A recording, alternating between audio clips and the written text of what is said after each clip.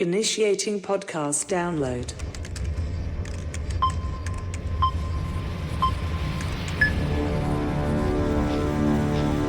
Prepare yourself.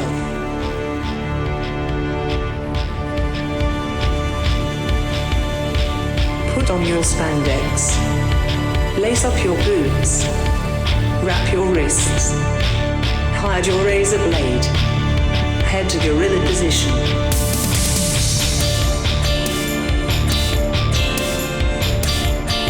Grease up your hair. Apply baby oil. Okay, apply more baby oil. Get into gimmick. Keep your ears open and your mouth shut. Have fun and be safe out there, brother. Welcome to I'm on Wrestling. Now your host, Gregory Iron. Hello again, everyone. Welcome to another edition of Iron on Wrestling with Gregory Iron. I'm your host, Gregory Iron. This is episode 309. The sun is shining. I'm feeling good. And we have a great guest this week, professional wrestler and a longtime, dear, close personal friend of mine. Vincent Nothing is going to be on the show to talk a little bit about what he's been doing in his professional wrestling career over the last 5 years, but also, and more importantly, he's going to talk to us about a new workout plan, a fitness regimen, a 16-week exercise program that he came up with. He put many hours into over the past few months to come up with something not just for the athletic performer that might want to get into good physical condition, change the way they're doing their conditioning and their strength training, but also for the average person. Not just men, but women too. So we're going to talk about his workout plan this week, and I didn't want to bog the show down because it's an interesting discussion. We talk for over an hour with Vince about wrestling and exercise and dieting tips, and I think it's going to help a lot of people. If you want to hear more wrestling stuff that we talked about this week, there's an actually longer version of the intro to this show, 40 minutes over at patreon.com/irononwrestling, along with bonus content this week. There's a free bonus episode. There's other stuff that we dropped over there. I'm going to be dropping a bonus episode talking about AJ Lee and her return to wrestling, John Cena's final SmackDown, a bunch of stuff over on Patreon. It's a great way to support the show. $3 gets you in the door with audio, $5 for video, $9 to get involved with the live chat that we do once a month, which will be coming up very soon. So hopefully you will stick around for that. Patreon's a great community to be a part of, but also our YouTube is great to be a part of. Iron on Wrestling on YouTube. Just subscribe. Just search at Iron on Wrestling. We've uploaded some great stuff over the last week over on the YouTube. We're trying to find the most obscure and ridiculous things possible. We found Steve Austin plugging one of his movies from 2011 on a talk show. Jeff Jarrett, his move to WCW from the WWF being covered in 1999 on a news broadcast, which shows you how popular wrestling was in 1999. A story about professional jelly wrestling. Some of the Glow Girls on the local news. Andre the Giant's Madison Square Garden debut. A short clip from his debut in Madison Square Garden in the 70s. And also in that same video, him wrestling Nick Bockwinkel a little bit. Dusty Rhodes versus Harley Race. Dusty and Ivan Koloff, I believe, is another clip in that video. We've got Jerry Lawler in a Memphis Christmas Carol. Jack Briscoe and Dory Funk Jr., some B-roll footage of them on the news. Leilani Kai talking to the local news in Florida. Just about a year into her professional wrestling journey in 1970s. It's good stuff. Iron on Wrestling on YouTube. I don't want to waste too much time because we have a lot to do today. Real quick, I want to give a shout out to our sponsors, Juan Ortiz and Of the Dead Designs. If you're looking for a great t-shirt, some sort of artistic design for yourself, or something to gift to a friend or a loved one, or maybe even a logo for your big or small business, Juan Ortiz is the man you want to hit up. Of the Dead Designs has been doing this for 20 years. You've seen their stuff on television in various wrestling programs. Just, every major promotion you can think of, he's had artwork in it. Get some artwork done from Juan Ortiz and Of the Dead Designs. And if you mention this show, you could save $20 on your first design. So what are you waiting for? Contact Of the Dead Designs on Instagram at Of the Dead Designs, Facebook.com/Of the Dead Designs, or go to their website, ofthedead.weebly.com, because Of the Dead Designs is bringing artwork to life. I also got to mention our other sponsor, TNT-Health.com. They supply me with my organic vanilla protein, which I find very nutritious and delicious. It's great for my post-workout. Not too many calories, somewhere around 120 calories per scoop, about 25 grams of protein. I can mix it with anything that I want, which is great with vanilla protein, but it mixes great with water too, which is very rare with a whey protein. I get my creatine from them. I get my glutamine from them. That's for pre-workout with the creatine, post-workout for glutamine for my muscle recovery. They have everything you need for pre-workout, post-workout, everything in between. It's free to look, tnt-health.com. But if you buy anything, you want to use our promo code IRONON, IRONON, save yourself 10% on anything you buy. So do it now. Do yourself a service. tnt-health.com. TNT Health, it's about your health today, not tomorrow. With all that being said, let's talk about your health right now. Where are you on your fitness journey? Are you just starting? Are you somewhere in the middle? You're looking to switch some things up? Maybe you just want to take your workouts to the next level. Feeling a little stagnant. Vincent Nothing has the workout plan for you, and we're going to talk about it right here, right now, in front of all you people. Let's go to that. Hope you enjoy. Okay, in studio, I should have been more in-depth with my directions. We thought we were meeting at my house, I guess, but we are at Studio Aaron with Vincent Nothing. Hello. Hey guys. What's sorry. I have brain damage from birth. I don't know if I've ever mentioned that. I don't know if you know that about me. I've heard it several times, actually. Yeah. I heard it several times today. Okay. This guy blames that on everything. I live, not to give anything away, I live 5 minutes away from Greg. So when he said come over do the show, I'm 5 minutes away. I'm there, and then all of a sudden I got to turn around and drive another 30 over here. But we're here. Dude, this is a hell of a drive. Yeah, we're here. It's good to see you, though. You too, man. Always. What's new? What's going on? New stuff, man. So, I mean, we talk all the time, but essentially, I've been working really hard on putting together a training program that goes, along with my background. You know that I think you mentioned on the show a few times. I used to own a gym that you would come to.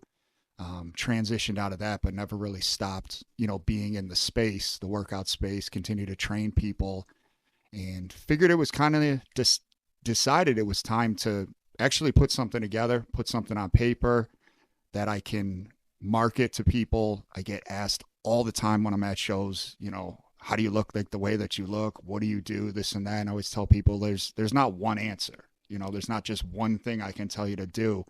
There's a lot involved with it. So I guess part of it came from being sick of answering that question and telling people that, you need to do a lot of things. So nutrition's a big deal, but, another thing is having an actual program that you can follow that was put together by somebody that has the experience to put it together, and then also coinciding with wrestling, professional wrestling. It's a little bit more catered towards athletes than bodybuilders. You got to not only look good, but be able to perform, and not just perform, but longevity too. All about that. Yeah, absolutely. And we're not getting younger. We're getting beat up. We're still getting beat up. You're still wrestling actively. I want to talk a little bit about that. And obviously, I want to talk a lot about this program. Before we segue out of the program and come back to it later, I just want to sort of mention, you talk about how people are always walking up to you and asking like, well, how do you look the way you do? Like, what do you do? You know as well as I do that when you try to give people answers, when you're not telling them the one be all end all, solve it, right, not much work required solution, if you're not telling them that, then they sort of tune out. You can almost see it in their face like, well, they're not actually going to do this. Right. Did you take that into consideration when developing this program, like something that someone could look at and not be, I guess, intimidated by what they're looking at? Yeah, so depending on how deep you want to get into it right now, but it's a phased program. And what that means is you'll do a certain set of exercises in a certain way for 4 weeks. And then you transition to another phase for another 4 weeks, and then continues on. It's a 16-week total program, 4 phases, 4 weeks each. So to answer your question, consistency is the answer. When people come up to me and they say, how do you look the way that you look? It's not one supplement. It's not the diet is one way. It's all of these things put together, but not only that, but being consistent with it. So to answer your question, the first phase of the program is really kind of twofold. If you're a newer person who, a lot of people will go headlong into working out. They'll work out for 3-4 months. They'll go hard. They'll burn themselves out. And then they end up taking like 2 months off or 6 months off. And then they're like, I got to get back into it. And then they got to do the same thing again. So for that person, that first phase is really focused on creating the consistency, right? So there's definitely, exercises, your strength training, you're doing all the things that you need to do. But the way that I have it formatted is to really build consistency for that person. On the other side of the coin, you have people that are consistent, like yourself, that have been working out for a very long time. And just as much as I know, the more that you fall in love with it, the more that you want to do it, right? And the more results that you get, the better results that you get, you're always like, well, maybe if I do a little bit more, I'll get more results. And then I'll do a little bit more and I'll get more results. But really, the returns are diminishing. Even, giving it an extra day or an extra couple exercises or something like that, you're going to end up in a place where you're more beating up your body and hurting your body than you actually are getting the results that you want. Sure. So the way that first phase is set up for a newcomer or somebody who's kind of casual, it helps build that consistency. And for somebody who's been working out for a long time, it almost dials it back for them a little bit so that they can get into a space where they're not doing the most for a little. They're kind of in that optimal space. And that might be a little bit scary, especially for somebody like you who likes to do a lot. But you got to realize that there is a space in there where you can do less than you do now and get the same or better results than you do now. Think about the amount of time it takes your body to recover, right? If you're beating it up, your muscles grow when they recover. If you're constantly hammering them, right? Even if your nutrition is great, even if your recovery, like your rest and stuff is great, if the next day you go into the gym again and you're just hammering, you're constantly damaging your muscles and you're not giving them time to adapt. Because that's what working out is, right? Sure. Damage your muscles in the gym, grow the muscles with nutrition and recovery. So if you're not giving them time and you're constantly hammering them, you're now in this space or this mindset where it's almost like we're always fighting for something. So by dialing that back, really lets you see some results that you may have never seen before. And that, I know that sounds crazy. By doing less, you'll see more. But if you think about the science behind it with the idea of just hammering, dialing it back a little bit is really going to get you kind of where you need to go. So it builds consistency for those newer people, and it also kind of pulls back the throttle on people who have been working out for a long time and really shows them that they can get better results than maybe they've seen by dialing it back a little bit. The less is more thing sounds very familiar. That's exactly. Where have I heard that before, right? Like pro wrestling, sure. Like, like that's what it comes down to sometimes. But it's so hard, especially like someone like myself. I feel like without being properly diagnosed, like I definitely have like body dysmorphia, right? For sure. We all do. And especially like during this time being injured, mm-hmm. Oh my God, like I was dying inside. Like I felt like I was shrinking every day. And like now I just want to go like steadfast back into it. Yeah, headlong. Yeah. Right? And so like, I'm like going to my physical therapist, and he's, at first I was worried I tore my pec again, just like pressing 60 pounds. Mm-hmm. And it turns out, he's just kind of explaining, because you don't think about it. You just think you go back to being invincible or something. He's like, they put a knife inside of you and cut your muscles apart and put them back together. And there's a lot of trauma there. There's a lot of nerve damage, and it might always feel like it's in a lot of pain. And you're just going to have to be easy with yourself and, ease into this whole thing. And so it's definitely very frustrating, but I think I can get behind the concept of less is more. Less is more. But you know what I do too with that first phase is I kind of, for lack of a better word, trick you. So again, with consistency on one side and with a less is more approach on the other, you're doing something every single day, right? So even for somebody who's as hardcore as you and as hardcore as probably a lot of people are, hopefully, that are, pro wrestlers and things like that, it's not like when I say you're going to do less, it means less days a week, right? It just means that you're still going to have something to do every day, but we're going to dial back the intensity, the volume, and things like that. And that is, again, what helps somebody build consistency. And that might sound scary to somebody who's never worked out before or goes headlong into it, but these are sort of bite-sized workouts, small workouts. But by having that newer person look at it and say, you know what, I can set 30 minutes aside and do something every single day, rather than looking at a program where it's like, this is an hour and a half workout and I got to do this 3-4 times a week. And where am I going to fit that in? And then what happens if I miss one? If you miss one, then you only had 3 workouts that week and now you're down to 2, right? But if you're working out 6 days a week with these smaller bite-sized workouts and you miss one, guess what?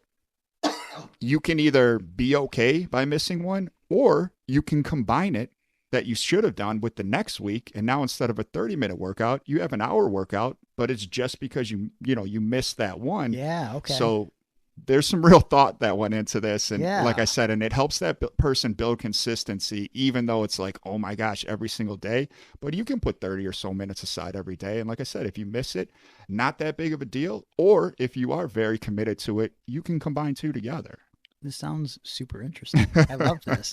And that's just the first phase, Greg. Yeah. Well, we got to talk about the other phases too. But like, so you're talking about consistency, something that you've been pretty consistent with over the last 5 years is, in your spare time, you've been pro wrestling again. That's right. You took a break for a long time. We talked about this last time you were on the show. Yep. I don't know how long ago that was now. What was it, 9-year break? Something like that? Yeah, so probably 5 years ago when I first came back is when we last talked about it, somewhere around that point. So how is your body feeling now, yeah. 5 years back into it? And like, was that something you took into consideration when creating this program? Does it kind of coincide with each other? Yeah, absolutely. 100%. So on that 9-year break, it wasn't like I was sitting on the couch every day, right? So I was active in combat sports. I did MMA, I did kickboxing, which is, I think, what really made me realize that we have to work out a different way. You can't work out like a bodybuilder if you're in an athletic sport, right? Especially one where winning and losing actually matters, which is different than what we do right now. Yep. So you can't hammer your body every single day because it all builds up to that performance, whether that's once a month or once every few months for combat sports where, it's multiple times a week for wrestling. So with that thought in mind goes into this program as well, because you have to also be able to perform. It's great to look great, right? We're in, that sort of industry, and wrestling is the better guys look. Sometimes the more looks they get, right? There's obviously people that don't necessarily look as great as the next guy, but they make up for it with performance. But what's optimal? To look great and be able to perform great, right? That's what's going to put the most eyes on you. Yeah. So again, kind of a roundabout answer, but yeah, absolutely. Having that time away and actually focusing on athletic performance in addition to looking good went a lot into this program. I feel great. I feel good. I'm the oldest I've ever been. Obviously, the years chase us. Take 9 years off, back for 5 years. I mean, do the math. That's 14 years that I've been away, regardless of the time that I was before that. And people tell me all the time, you look better than you've ever looked. And I feel that I do. So there's got to be something that I know about that's going right there. Yeah. I mean, I think it's a mixture of diet and exercise, but also I think your whole family found some weird fountain of youth or some shit. Like, it's so crazy. But 5 years back, mentally, how do you feel about wrestling? Do you feel like we talk a lot, but I don't really know what your expectations were. Mm-hmm. I know that, going very deep here, your idea is in a roundabout way, not to sort of paraphrase you, you wanted to feel something coming back to That's wrestling, right? right? Yeah. What do you feel you've felt in this journey back in the ring over the last 5 years? And that's a good question. That's a deep question. Yeah. To have to come up with an answer right off the bat is kind of tough. We can kind of explore. Yeah, it, you know what I mean? Yeah. But I like these deep dives because walk and talk. as you kind of think about it, obviously, you know, I've been writing this book, Mm-hmm. and I've also been doing therapy during the time where I've been injured, and it's like double therapy. And there's like sort of like, for me, I can sit here and say the three of us, we're not delusional fucks when it comes to wrestling. Okay. That's good. Like Yep. we're very self-aware, and we have an understanding of wrestling for what it is on the indie level, but also still treating it like a business. Right. Yep. But I'm finding myself as I write this story about like what I've gone through in my life and how I feel as a wrestler, and like sort of like these so close but so far away type of moments that I've personally experienced. And also these moments of being both Gregory Iron, but also Greg Smith, but I know that they're sort of one and the same, but they're not. Right. I'm exploring more of the duality of being both of these guys that are sort of the same, and figuring out that, for me personally, there's sometimes this fear of like, even though it's the character that I created and the character is definitely an extension of me, when Gregory Iron is done, where is the value in Greg Smith? Right. You know what I'm saying? Like, Yeah. I always feel like people like Gregory Iron, and that is me. But when I have to become Greg Smith, can I be as good as this character that I created? Sure. Even though it is me, right? It's very strange. So like, Yeah. that's kind of where I'm at. And it's very layered and nuanced, and it's hard to wrap my mind around sometimes, and like figure out like what does matter and what doesn't matter, and am I overthinking? But so like, that's where I'm kind of at Right. now in my life. Right. So how do you feel about the last 5 years? Yeah, no, it's great. I think, you know, just to kind of paraphrase the last 5 years, when I decided that I wanted to start wrestling again after that long period of time off, I had time to think about it, and it was something that I wanted to do. It wasn't something that I started when I was younger, and then just the momentum went with me. And then, you know, I see what's happening to guys who are coming up at the same time that I was and getting signed to bigger promotions. And I was like, man, I need that. I can get that. If I just work harder, I can get that. And I don't think I was getting what I wanted out of it. So I stepped away. And now I'm back, and not to sound coarse, but I don't need this. I don't need anything from it. I'm not expecting anything from it. I came back because I wanted to. I started back at square one again. I was taking a lot of bookings that I probably wouldn't have taken back then, but I really wanted to show the commitment to it, to build myself up. And I'm back at the point where it's not something that I need. I do it because I want to, right? I have a real career. I have good friends, you know, in wrestling. And that was part of it. I missed you guys, you know, and it's tough because we're always going to be friends, but there's a little bit of distance there, right? Because most people, you know, who are involved, that's all they talk about, and that's all they want to do. Sure. And there's a disconnect there for me when I wasn't doing it. So to be back in it and to be around those people and to have those conversations again and to have that fun, again, it just leads back to I wanted to do it for those things, right? And it's always fun to be out in front of people and be appreciated for what you're doing when you're actually in the ring. But now I'm at the point again where, like you said, who's Greg Smith after Gregory Iron goes away, right? So who am I after I decide that I want to step away? And that's why I wanted to build this program too, right? To have something to help people that are in it or are deciding to come up in it, to give back something. Not saying that that's what I'm going to be remembered for by any means, but potentially the people that I do decide to help out, that's sort of an impression that you leave on them when you're not actually performing anymore, if that makes sense. Yeah, absolutely. Some of the things that I've been noticing, like with you and your travels, it's a lot of local stuff for you, but it's significant local stuff. It's And true. One of Yeah. the things that I was pretty happy to see you doing is returning to AIW over the past year. And I think, you know, I can speak for, you know, me and Aaron both, like you, Aaron, Vince, you guys were part of that foundation that was AIW. You were the first you weren't the first champion, but you were in the first Absolution main event. That's right. You were the champion at one point, and now you're back. Aaron, what did you seem like you want to say something? No, I was going to say, I remember that first Absolution main event, and he was in it, I was in it, Yeah. I think. Yeah, you and EC3. And the Yes. Thrillbilly and Yes. New Jack. Man, when you talk about AIW, those are some wild times there. So, like, obviously that was way back in 2005, and you came back and you're working with, on the first show you worked with M-Dog 20. Right, And- little throwback Yeah. to the very first AIW show ever. He and I wrestled each other at that show. So you guys came back and you did it again at AIW.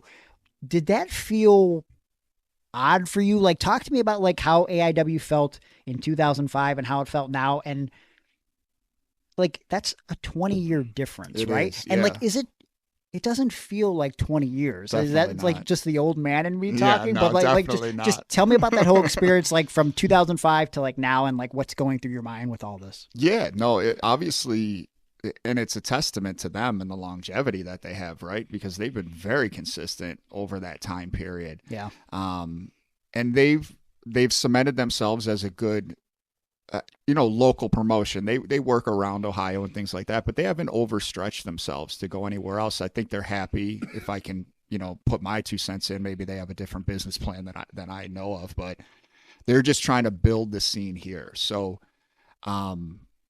from Peabody's in Cleveland, which if anybody doesn't know is a tiny basement looking dirty punk rock concert venue. It smells great, though.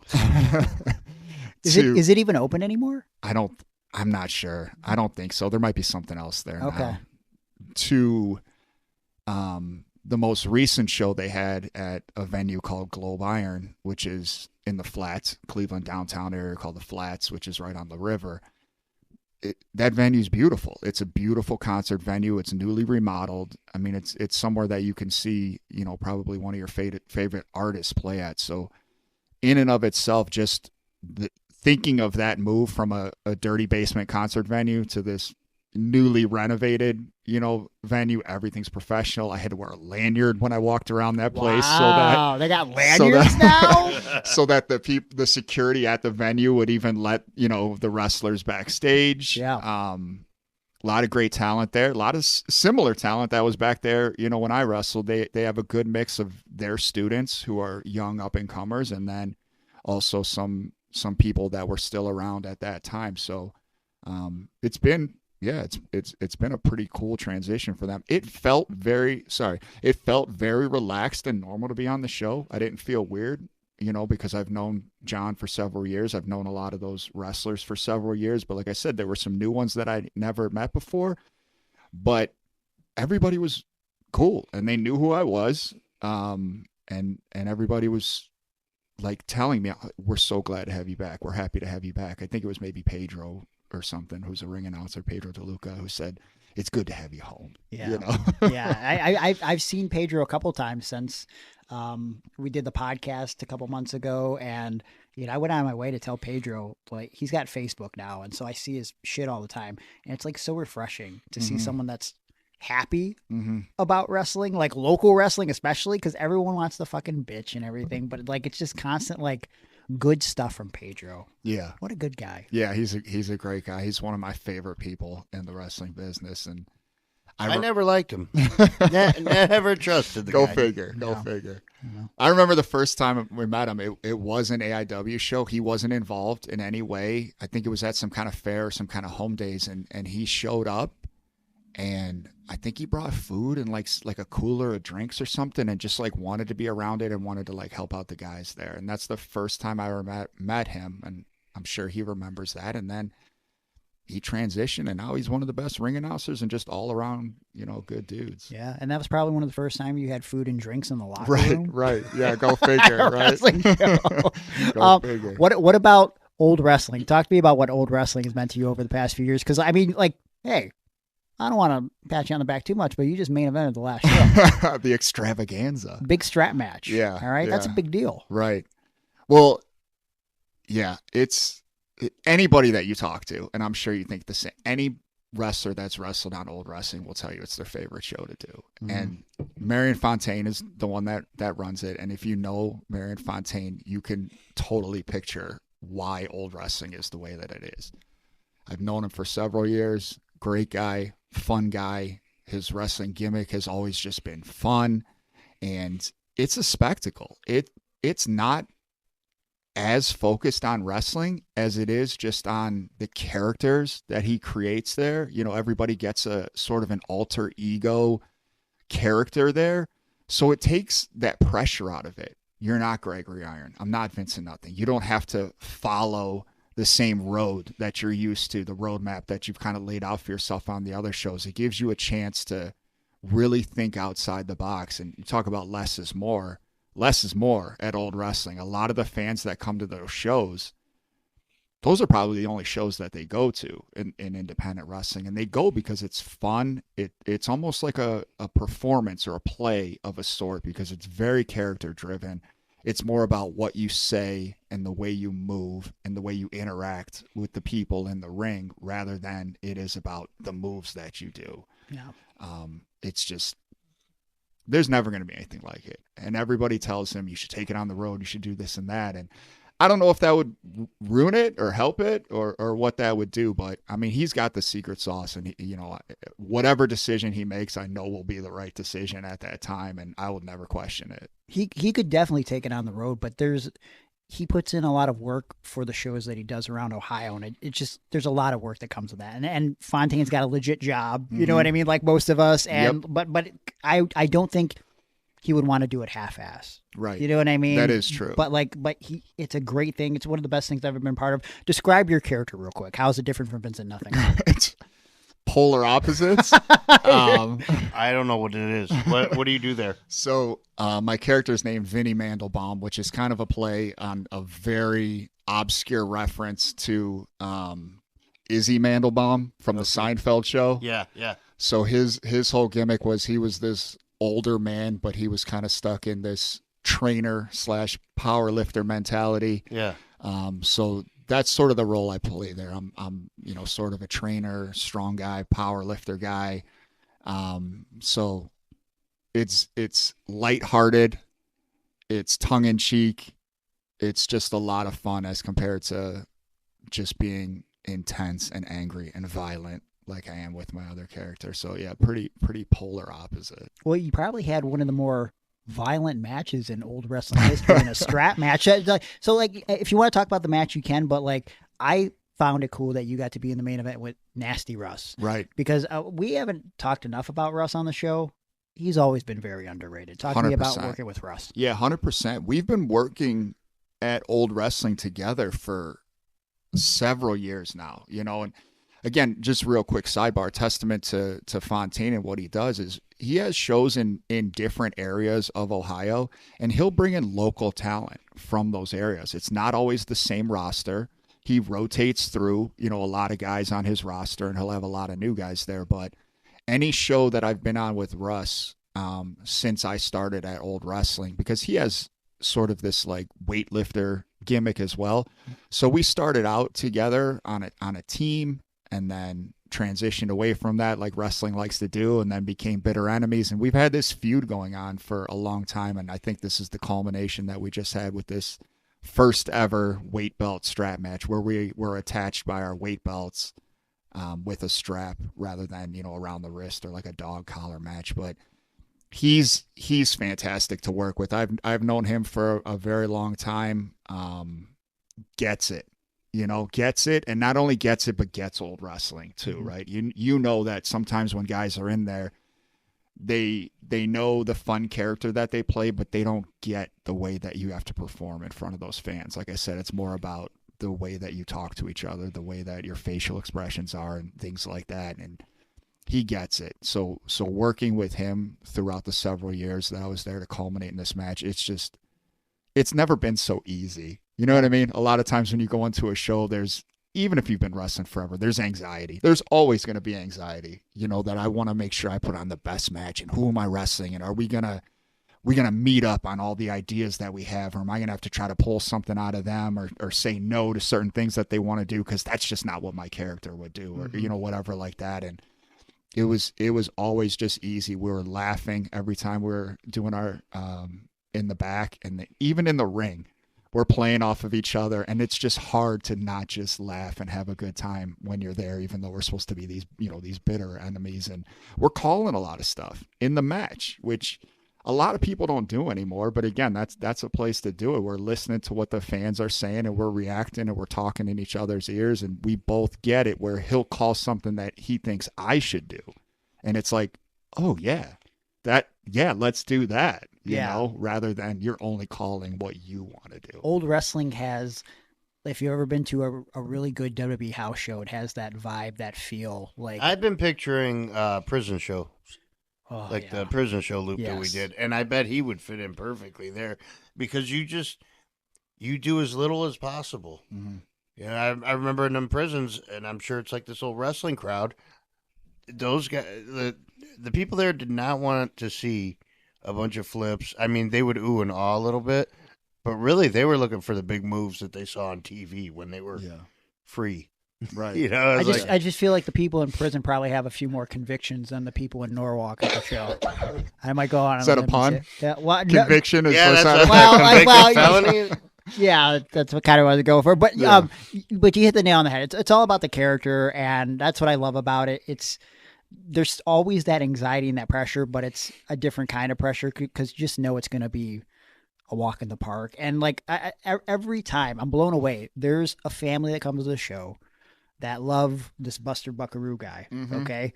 This girl had a Buster Buckaroo birthday party last year. I was sent pictures.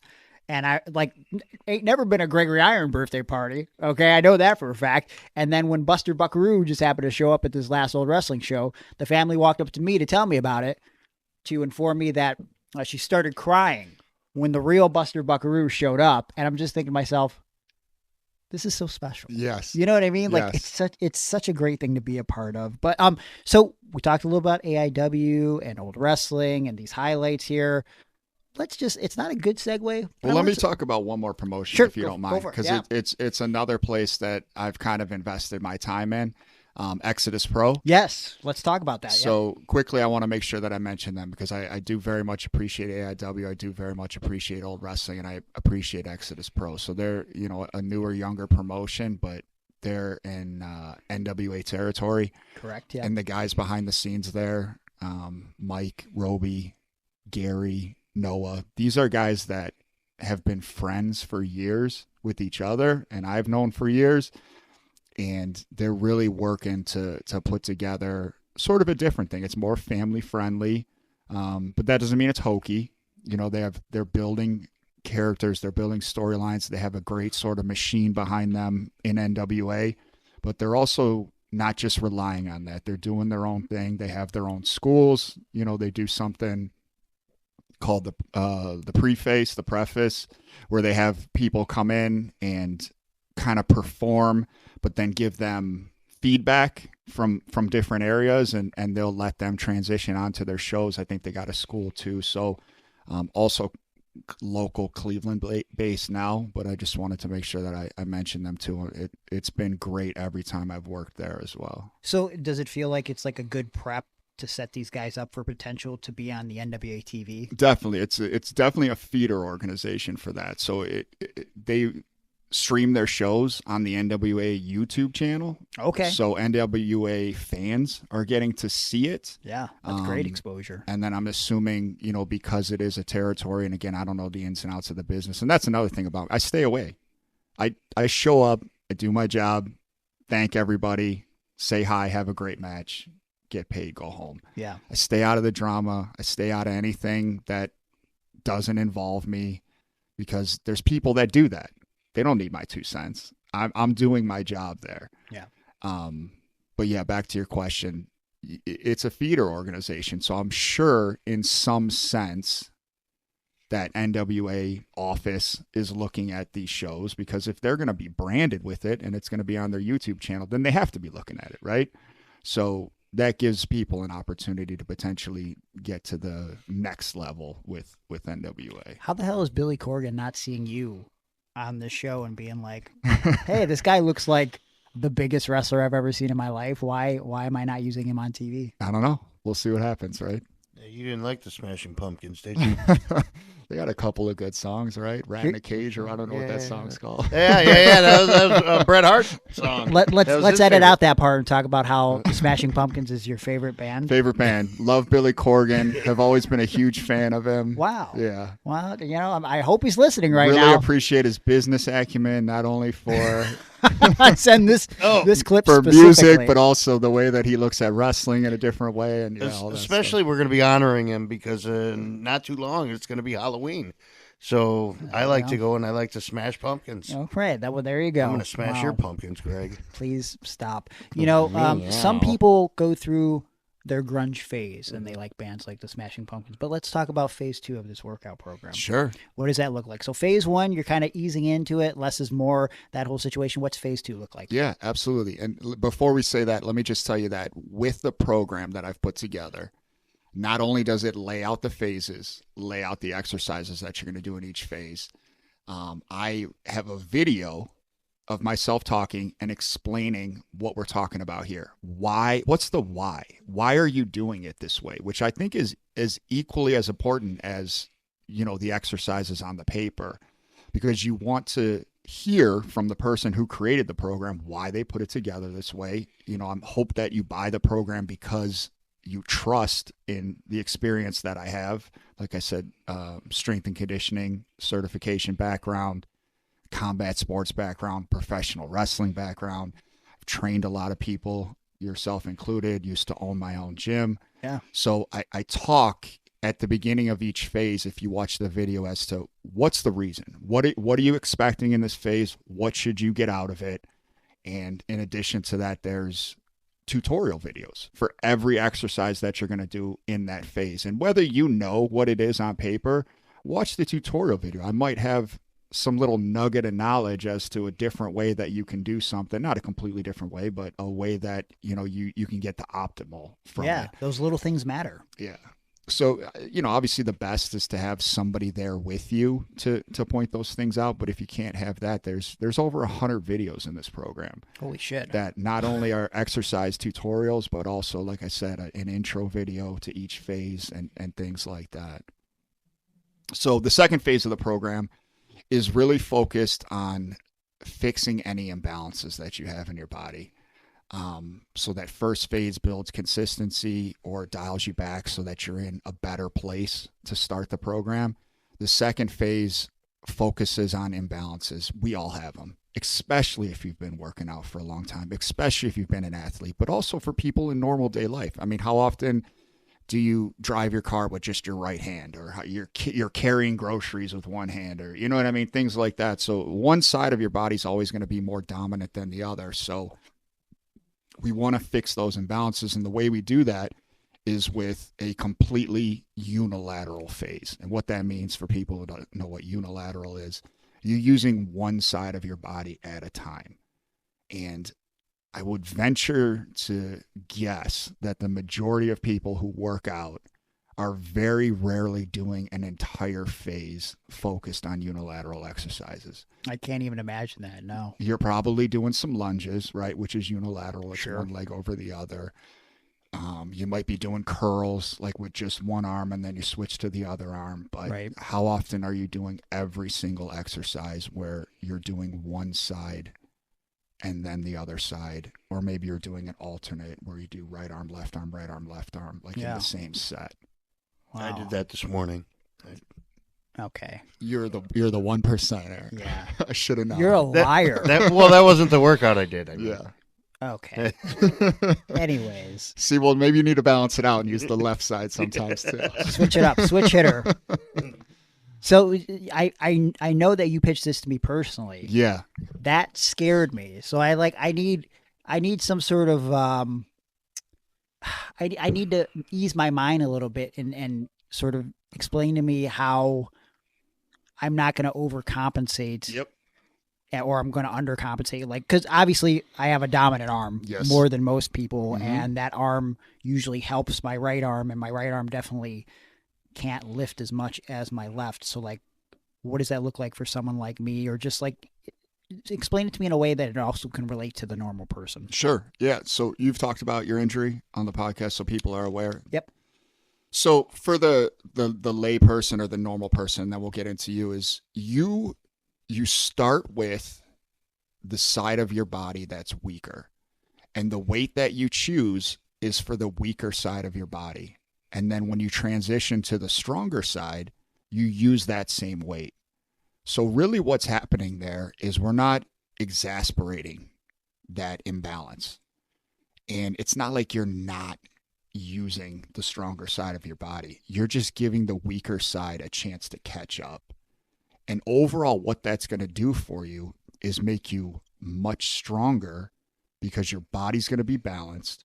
And when you do your bilateral exercises, which is like, a barbell squat, a barbell row, a barbell bench press, where you're using both sides at the same time, you're not overcompensating, which is the word that you used, right? You're more balanced out. So can you imagine the gain of strength that you would have if you weren't just using the majority, right? It's bilateral, so you are using both sides.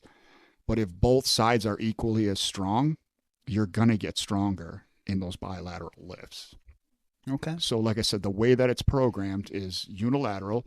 Let the weaker side catch up, which overall will balance out your body, your balance, your core, the way that you can drive with the weight, and it will make your bilateral movement stronger. Okay.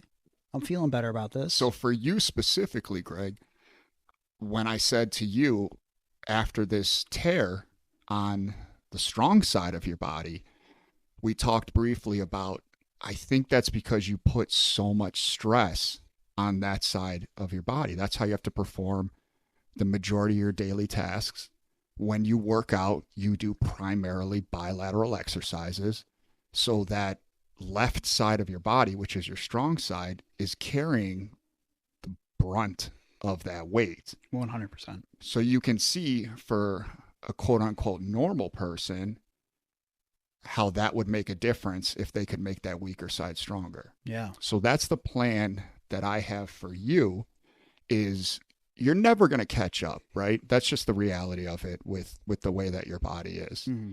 But if we can make that weaker side incrementally stronger and take some of that stress off your stronger side by doing some unilateral exercises, and this is where it's scary for you, is because you know how much weaker the right side of your body is. It's so much weaker. And what I just said with starting with the weaker side and then following the strong side with that same weight, you're gonna be unhappy with that. Sure. For lack of a better word. But if 8 pounds on one arm, 8 pounds on the other, fuck. But there's ways that you can make that 8 pounds feel heavier on the right side of your body or the left side of your body by tempo, making that mind muscle connection to it, rather than having to focus so much on having the strong side of your body carry all of that weight. Even doing the lighter weight on the strong side of your body, but being able to focus more on the connection rather than focus on how much you have to do, how much effort you have to put in to make up for that weaker side. Yeah. There's still a lot of benefit there. And the more that we can try to balance you out, again, I know it's never going to be perfect, unfortunately, but the more that we can balance you out, even if it's incremental, 5%, 10%, 20% more on the weaker side, it's going to, again, translate not only to making your bilateral lift stronger, but also taking some of that added stress off the strong side of your body to hopefully not have injuries like this. Okay. And it would be phased, Greg. It would be for a period of time that we work on that. And then from there, we would transition you back into more of what you're used to with more bilateral work. And hopefully you see the difference there, like I talked about, where you'll get stronger in those lifts because you'll feel a little bit more balanced. Yeah. More so for somebody who doesn't have the physical handicap or disability that you have, but for you as well. So this is also 4 weeks, the second phase? Every phase is 4 weeks. Okay. So talk to me about, unless you have something you need to add to phase 2 here, what's phase 3 look like? Yeah, we can go into phase 3. Phase 3 then takes, again, they all build on each other. This isn't just some random thing I threw together, right? So the first phase we talked about builds the consistency. How are you going to work out if you're not consistent? That's the first thing that when people ask me, how do you look the way that you look? You're consistent, right? And there's a lot of facets to consistency, but that's the way to sum it up. So now you're consistent, or you've dialed back your intensity a little bit to give your body a little bit of time to recover if you're one of these hardcore lifters. So you're actually going to see gains by letting your body recover. Phase 2, unilateral. Not only are you recovered now and you're consistent, you're balancing out your muscles. So then what's the next best thing to do? Take those balances and take that consistency and now start to build some power. This is where the athletic aspect comes in.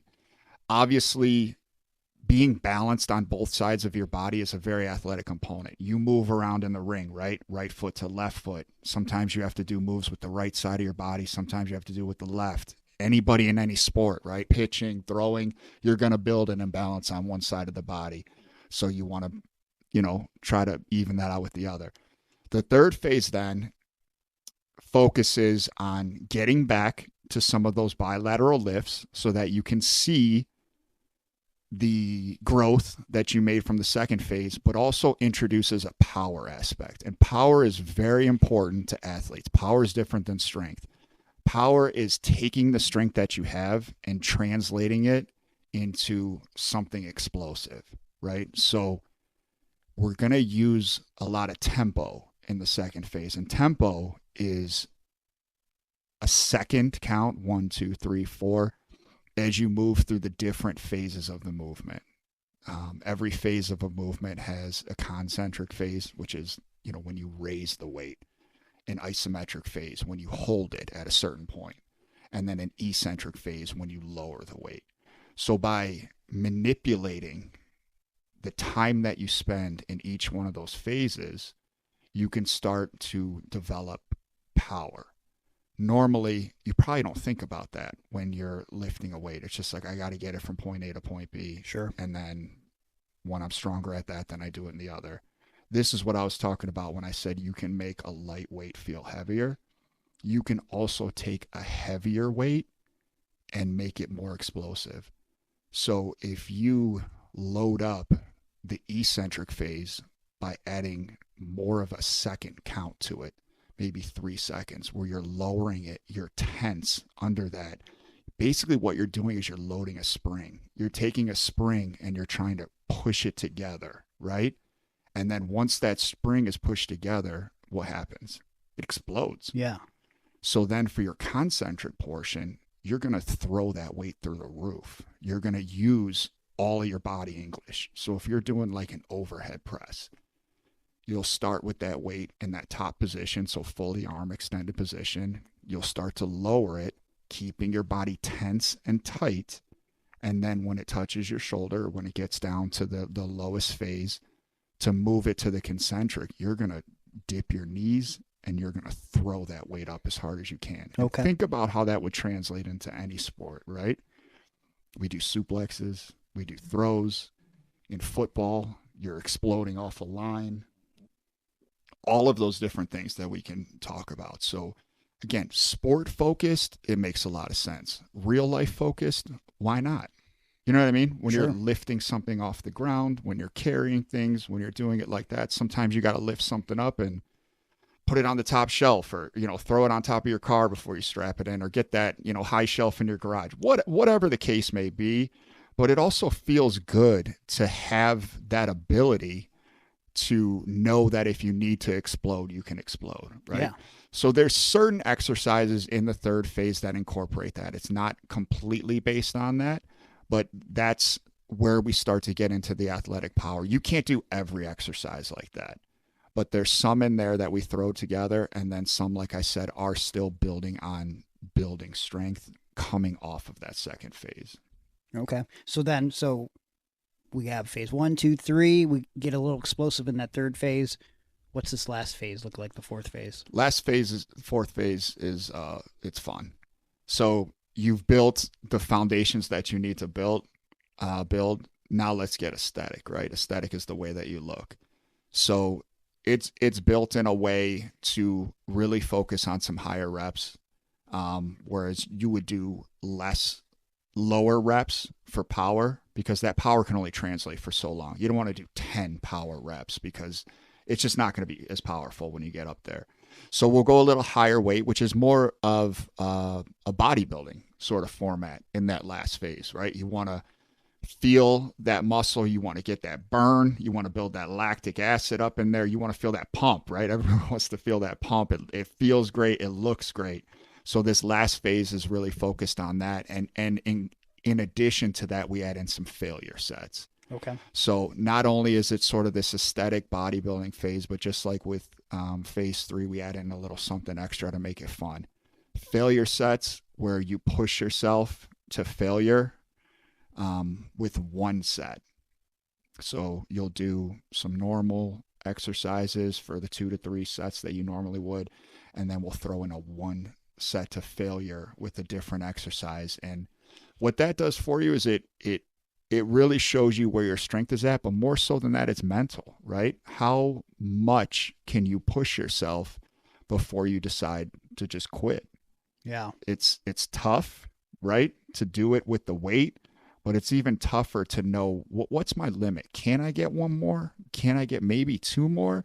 Whereas when you normally work out, you have a set number that you always end at. So you know what you need to get to. But when you go to failure, it's that mental aspect, that grit, which you can see could translate also into sports, right? I get to a point when I'm like, I think I'm done. I don't think I can do anymore. But guess what? I know I can. You know, there's something in me that's going to get me to this extra rep. You know, if you never push yourself to the point of failure, you never know how far you can go. Yeah. So by putting that in there in that last phase, is that sort of last aspect.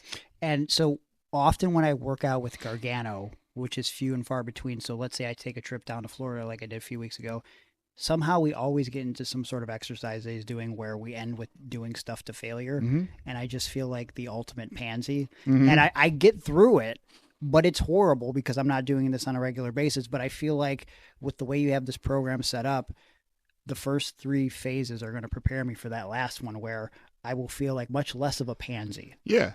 You see how they build on each other. That's the whole point, you know, without, you know, the point of this is not to give away this entire program, because obviously you still need the right combination of exercises in the right order. That's going to be the best for you. The optimal number of sets and reps for everything. You can't just go 3 sets, 8 to 12, you know, like a lot of people do when they just go to the gym. But yeah, you're absolutely right. Each phase is thought out and formatted and built so that they can sort of build on each other, so that when you do get to that last phase and we are pushing ourselves to failure, you know that you've built a good foundation before you get there. And like I said, it's fun. Why not, right? It's a little bit of a fun extra aspect to it, but you know, there's also the mental there as well. Well, and I just feel like, again, like with the way you have it structured in this last phase, especially when you're focusing on aesthetic, I think that's what a lot of people are going to be focused on when it comes to working out. It's like they want to look good. And I just feel like if you can get through these first 3 phases, which I believe you can if you give this a shot, when you get to that 4th phase, the fun comes into play because you've overcome so many mental obstacles over 12 weeks just to get to this part. Yeah. Where you're going to look and feel your best. Like, this will be not a cakewalk, but I feel like you've already come this far. Let's do this last 4 weeks and look like the fucking man, you know? Yeah. Or woman, right? You know, depending on who you are, right? But I've actually sold the program at this point in time to more women than men, and let's circle back to that. Me. Yeah. I think women would just be like, "Oh, I want him to show me what to do." They want to watch the videos. Just the videos. Yeah, that's it. Let's circle back to that in a second. Why I think that is. Okay. But to go still into your point is, it's not that you're not building muscle or looking good in those other phases. Oh no, that's not what I'm still saying at all. that's still the focus, and you absolutely will. You'll get, if you build strength, you're building muscle, right? So, but this is just sort of the icing on top of that cake, where it's like I don't have to think about the unilateral aspect or the power aspect. It's like, let me just work out maybe more so the way that I'm used to working out, and then also add in some failure where it's just going to kind of refine and harden that muscle that you've built, and really start to see maybe a little bit more definition and things like that as you sort of round out those muscle bellies. Yeah. Why do you think the women are so interested in this program? So I think, and we'll come back, there's a couple other aspects of the program as well that are added in there that don't make this just a weightlifting program, that really help attribute it to more of an athletic program. But my theory, and I could be very wrong, is ego. I think that the general population of men that work out are like, I know what I'm doing. I don't need another guy to tell me how to work out, right? I've been working out for years. Well, if you've been working out for years and you're where you're at, why not try something else? Why not have somebody who's explaining to you that has a background, or even just, if you think it's all bullshit, what I'm saying, at least have a different perspective on working out. Why not stick to a plan and follow a plan rather than just showing up at the gym and going, well, it's back day. I'm just going to do all the back muscles. And that's what I've been doing for the past so many years. And I see good gains with that. Try something different. Lose your ego a little bit. Let somebody tell you what to do that's a professional and has thought this out. And I think that's hard for a lot of men, especially potentially in our business, where it's this masculine business, to have that. Whereas I think women have less ego. They are maybe a little bit more thoughtful in their approaches to things, and they want something laid out for them. They want someone to explain why this is happening, why I'm doing this. They put a little bit more thought into it rather than how much weight can I get on the bar and how many reps can I do with it. Does that make sense? Yeah, makes perfect sense. And just like thinking about how workouts can often become stagnant. Like when I started working out with you, geez, what was it, 10 years ago now? I just felt like just talking with you about dieting and nutrition, and then coming in and doing the strength and conditioning stuff, that was different than what I was doing on my own. Mm-hmm. Like just in those, like in a 7-day period, mixing up and coming in 1 to 3 times a week with you, that alone helped me become in the best shape of my life at that point. You know what I mean? Yeah. Just like, I just feel like if you haven't tried something like this, like a 16-week program, I think it's something that you should definitely invest in, because again, if you're working out all the time, there's no way you're just like, yep, this is what works for me and I don't need to do anything else. Like, you got to think outside the box sometimes. Yeah. Try to grow, right? Grow outside of your own programming, or maybe you bought a program from somebody else. Great. Do their program, try another one. There's novelty involved too, which means that if it's stuff that you're never doing, you're going to see a lot of benefit from doing something brand new. If you're always doing barbell back squat, barbell row, bench press, lateral raises with dump, whatever it is, yeah, there's some of that in here. This isn't some kooky thing where I'm just making up exercise. There's stuff in there that's like that, but there's still novelty. Like we talked about with the phase 2, we talked about with the phase 1. Why not try doing less volume over a longer period of time, or by doing symmetric, to try to make your body more symmetric, or throwing in a power aspect where you're exploding with the weight rather than just moving it through the ranges of motion, where you're hitting failure. There's all novelty there. So in and of itself, just having novelty different than something you've been doing will not only challenge you mentally, right? Which is a big aspect of working out. A lot of people do it for their mental, whether they think that they are or not. Yeah. But having the mental aspect to be like, I'm going to do some stuff maybe I'm a little bit uncomfortable with, and maybe I'm not used to doing, but I'm going to trust this and I'm going to stick to it.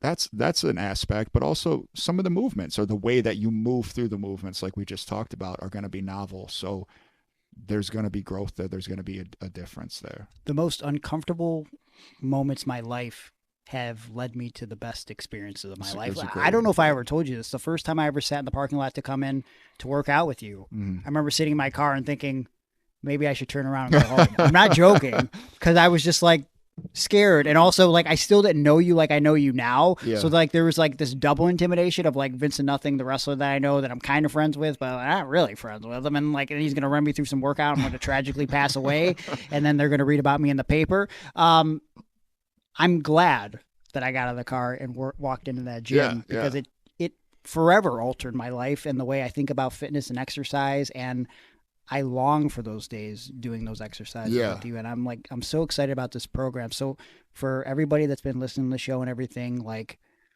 well, first of all, how many hours did you put into creating this program? So many, Greg. I put probably 3 months into this program. And that's not only just the research that I did and laying it out on paper and doing the videos. That's me doing it and then going back and tweaking it. Holy shit. So I put probably 3 or so months into 100% focus on it. Like I said, not just putting it together and recording videos and things like that, but me actually running myself through it, maybe getting to a point where I was like, I don't really think that this is the best way to do it. I'll start over again. I'll add this exercise in, do this or that. And then I, for lack of a better word, sort of beta tested it with a couple other people that are wrestlers, and got feedback and actually wrote down results from them, right? Numbers. What sort of weight did they use this week? What weight did they use the next week? And then I would tell them what it was, because they just come in there to work out. They don't remember what they did, but I have it written down. And that's sort of the really good benefit of having somebody personalized to work with you. But I wouldn't tell them. I would just be like, try this. Like, let's work up to this. Put this weight on the bar. Okay, what's my next set? Put this weight on the bar. And then at the end of the lift or whatever it was, I'd be like, last week you did 40 pounds less than this, and this is what you're doing now. And I'm like, okay, something has to be working. Sure. Right? So yeah, a lot of time was put into it in that aspect. And if I can get into some of the other like features of it. So you talked about the workouts that we would do, right, at my old gym, and those were mainly focused on the conditioning and the strength aspect and the muscular endurance aspect, where overall this program, I already talked about, to exhausted what the phases are, but there's pieces of conditioning in this program as well, right? So if you're not used to doing conditioning, you're used to doing cardio, which are two very different things. Yeah. Conditioning is what you need for sports. Yeah, cardio is great. It does work, but it's more of a steady state, low intensity, steady state. I can do the elliptical for 45 minutes. You're not wrestling for 45 minutes, right? You're going through phases of a match, 10, 12, 15, 20 minutes, where sometimes you're exploding, sometimes you're resting, sometimes you're, on the mat, up, down, moving around, just like in, baseball, football, whatever it is. You're up, down, you're moving sometimes. You know about sports. How long is an average NFL play? Oh, the actual play? Yeah. I don't know, like seconds. Yeah, just it's under a minute.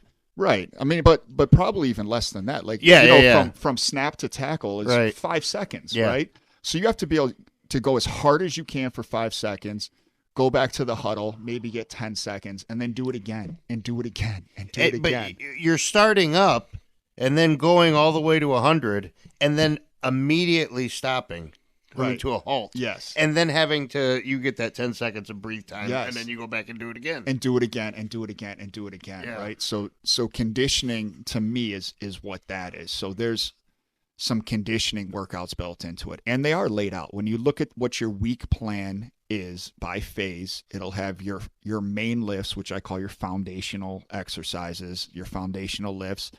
And then there'll be, on this day, you do conditioning. And then you go to the conditioning portion of the program and you pick a conditioning that you want to do. There's also core work. Core is different than abs, right? Sure. Abs are the pretty muscles that show in the front that are mainly revealed by diet. But your core goes around your entire body like a belt. It connects your lower body to your upper body. Literally connects your lower body to your upper body. If your core is weak, your lifts are weak because you can't ground your feet and then transfer power from your legs to your upper body without that middle section. And it's the same for any sport. You need to be able to transfer power from up to down, from down to up. And if you have a loose circuit there, for lack of a better phrasing, that's not going to work, right? Yeah. So there's core exercises that are built in to strengthen your core, which, think about that. That's bracing for any movement that you're doing. That's moving from left to right, in a lateral plane rather than just, up to down.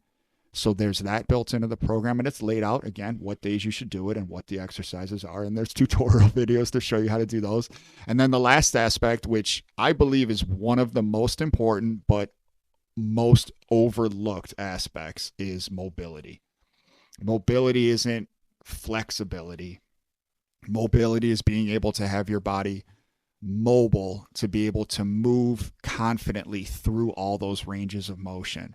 So there's a mobility program in there that's about a 15-minute from start to finish program, or session, I guess I should call it, where I have a video of myself recorded where you can just put it on and just follow exactly what I do. Oh, wow. For mobility. And this is great for, how many hours you spend in a car sitting, right?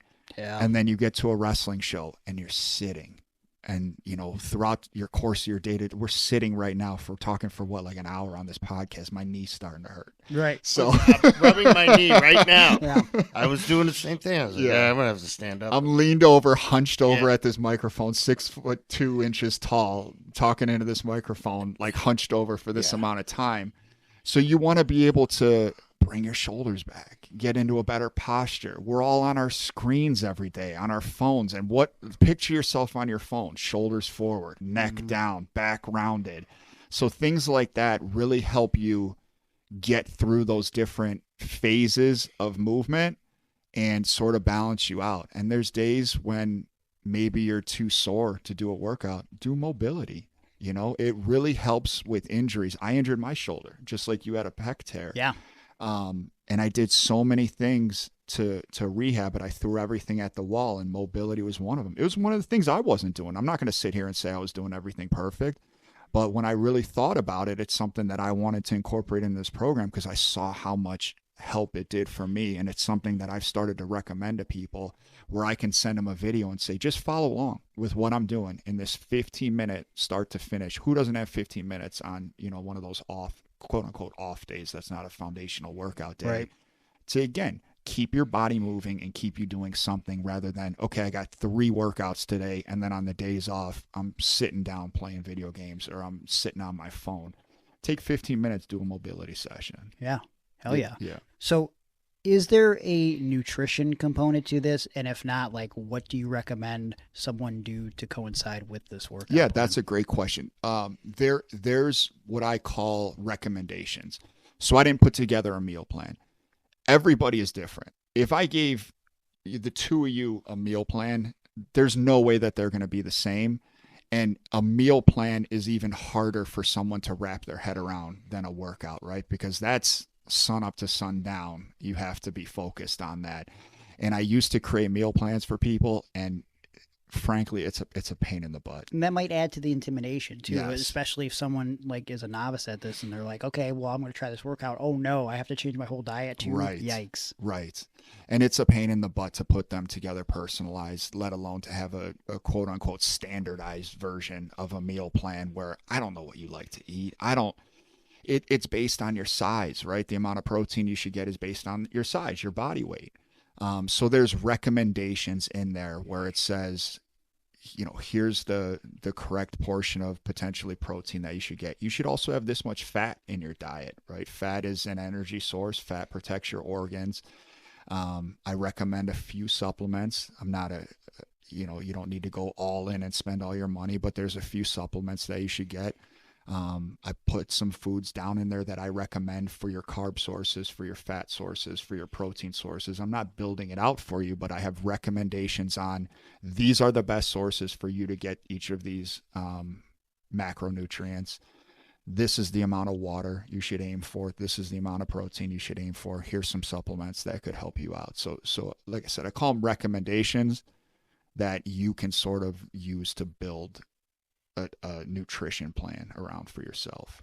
All right. Yeah. I love this. It's all encompassing. So unless there's something else you want to add on top of it, I guess what it comes down to now is like, how does one obtain this workout plan? Yeah. What do we got to do?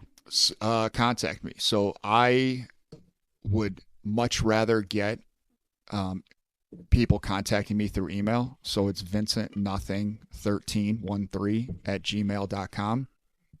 And if you just reach out to me and you say, give me some more information, I'm happy to talk through it. The people that have bought the program, I try to check in on them. Some people have come back to me and they said, I haven't been consistent.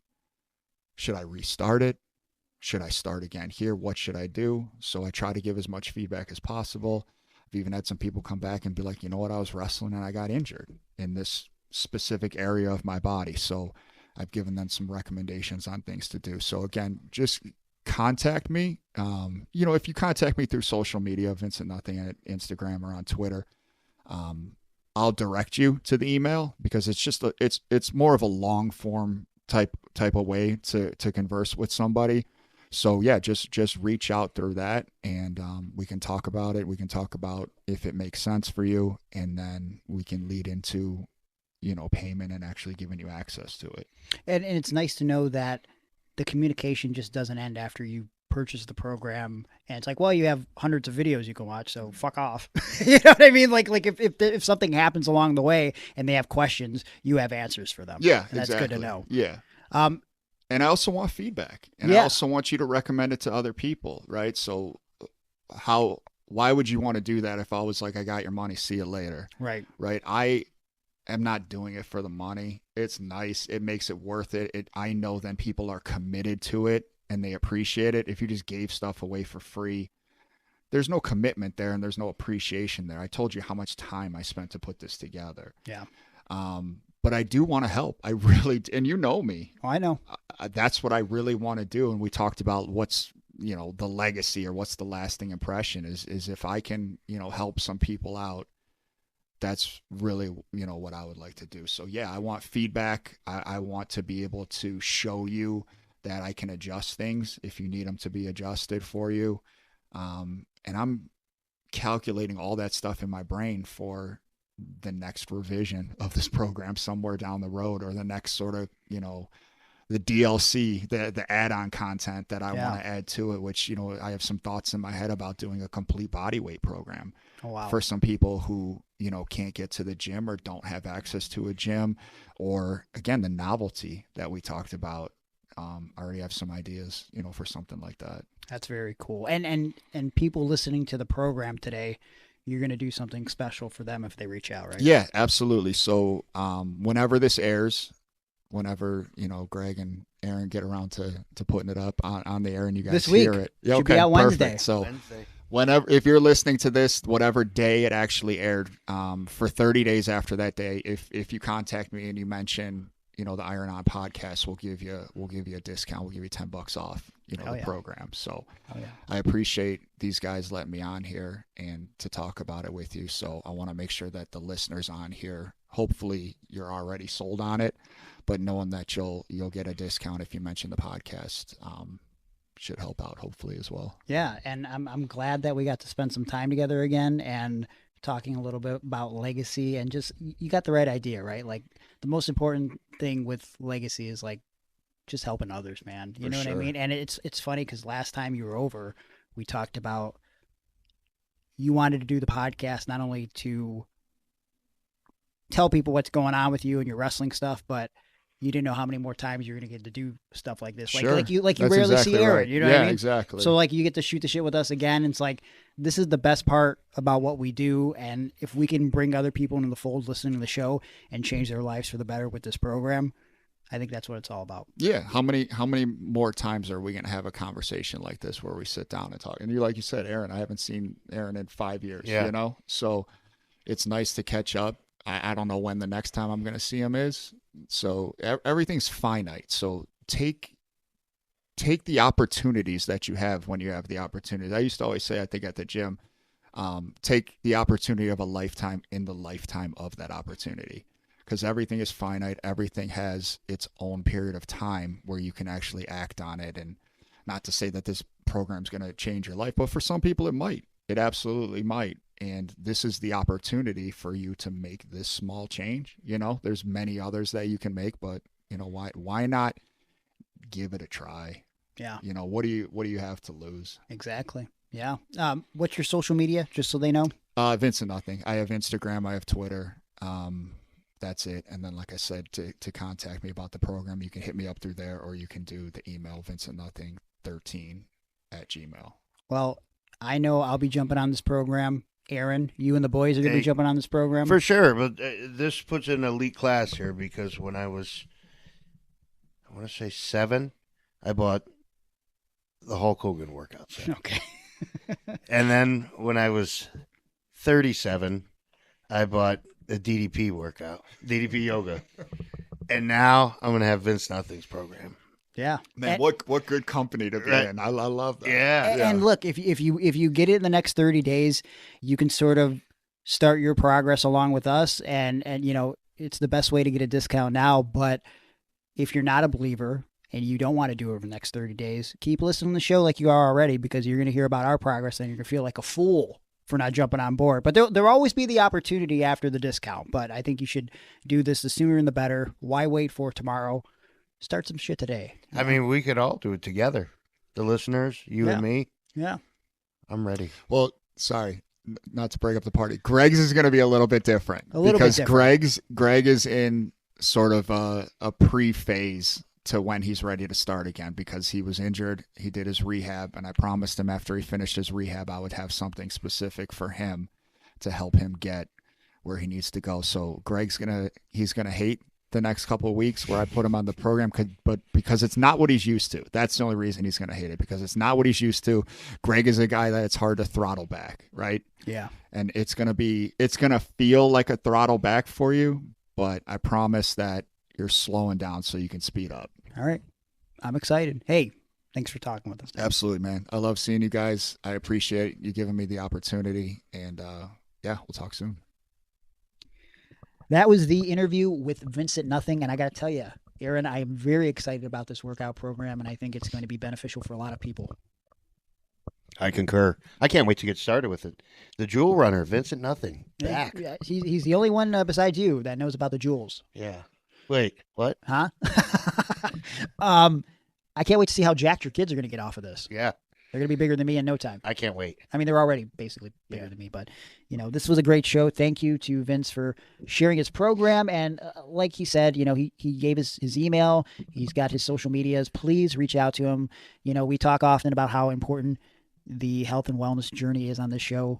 If you are serious about getting on the straight and narrow when it comes to that stuff, you know, not only do you want to invest in things like TNT Health, but you should definitely be investing in a program like this. And just send him a message. Reach out, because I guarantee you it is one of the cheapest and most effective programs that you will ever heard of. And the fact that he's spent God knows how many hours in this thing, it's going to be the way to go. And so, yeah, we'll keep you posted on our progress as we go through the journey with Vincent Nothing. But thank you for going on this journey this week. Remember, there is roughly an extra half hour attached to this show on patreon.com/Iron Wrestling, where I take more time to bury AJ Mana and I share some updated creepy messages from fans over there.